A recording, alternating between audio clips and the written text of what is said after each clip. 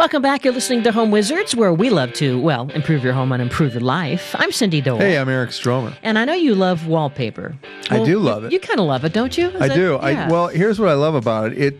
It can really give you texture. It can give you dimension. It can give you, depth. It just makes a simple room into something more elegant. And there's so many different great applications to use wallpaper, not only from the design standpoint, but also from, the way it makes you feel once you're in the room, And it can be tricky and challenging to put up yourself, and good wallpaper people are hard to find. It's a real talent, but there are some kind of simple ways to use it in terms of, just kind of amending decor that's already in existence. So let's talk about some of those techniques. And do you feel that it matters how much money we spend on wallpaper? I do. I think that they're...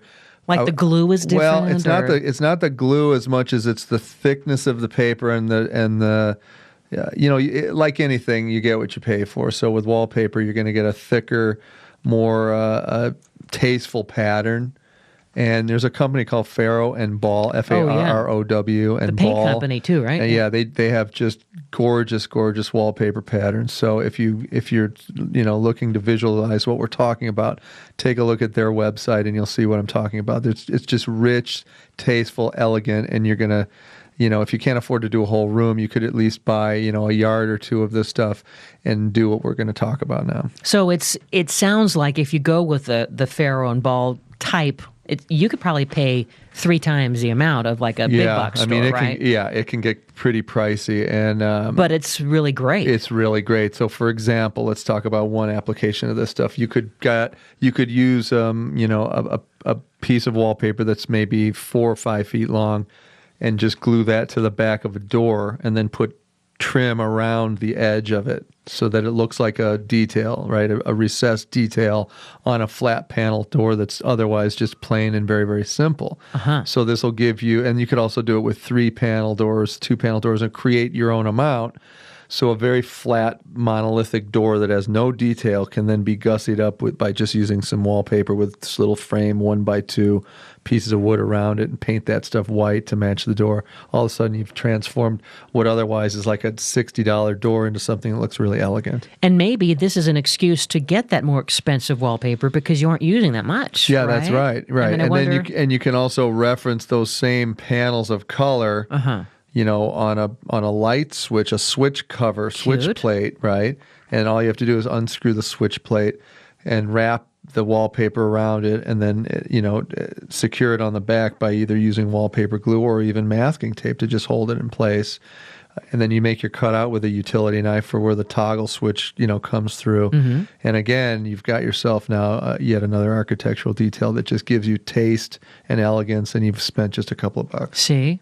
I think that's very clever because you're also taking baby steps. This isn't wallpapering an entire room. No. You're starting with just, the innards of the door. You're not even wallpapering the entire door. You're doing sections of the door. Yeah, and the tricky part with wallpapering are the angles and the corners, right? So, and also that you're working with a large medium. So you're holding up, here's the way wallpaper works. You put a big piece of plywood up on sawhorses. You put the wallpaper face down, you mix your wallpaper glue, and you make sure that your walls are really smooth and clean and perfect. And then you got to brush this glue on the paper itself and brush some on the wall as well. You start in one corner and think about it that you're holding a big sheet of this stuff up. It has to be wet. It's sticky. It becomes like fly paper if you're not careful and you don't know what you're doing. And then you also have the, propensity to potentially get the glue on the front pattern of the paper. And so if you don't wipe it off in time, so really it's for, you don't want to experiment with really expensive paper because you'll blow it, right? You'd want to start out by, choosing less expensive stuff and maybe just doing a test area or like a headboard area behind a bed. That's just smart. To try it out. Or maybe just one wall, or maybe just one panel, right, that's centered on a wall, and then put framing around that so it looks like a panel, or even a piece of thin plywood that you wallpaper the wood and then attach the wood onto the wall so it can be removable if you're living in a rental space, for example. But again, it's just giving you the detail And the challenge of wallpapering is, getting those corners to line up, getting patterns to match.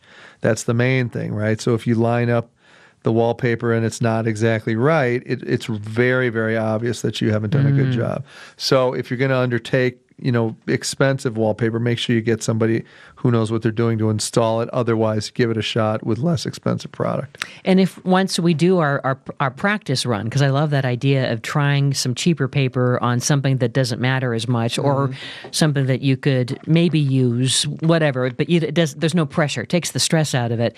And then once you get that down, and now this is the real deal, and you wanted to put it on the inner sections of the door, I guess, would you make like a little a template then to make sure that you got the right? That's a good idea. You could do that with a piece of cardboard, cut it to the size of that nook, so to speak, and then trace it onto the paper, and then use a utility knife, to cut out that exact shape and size. That's a very, very good idea.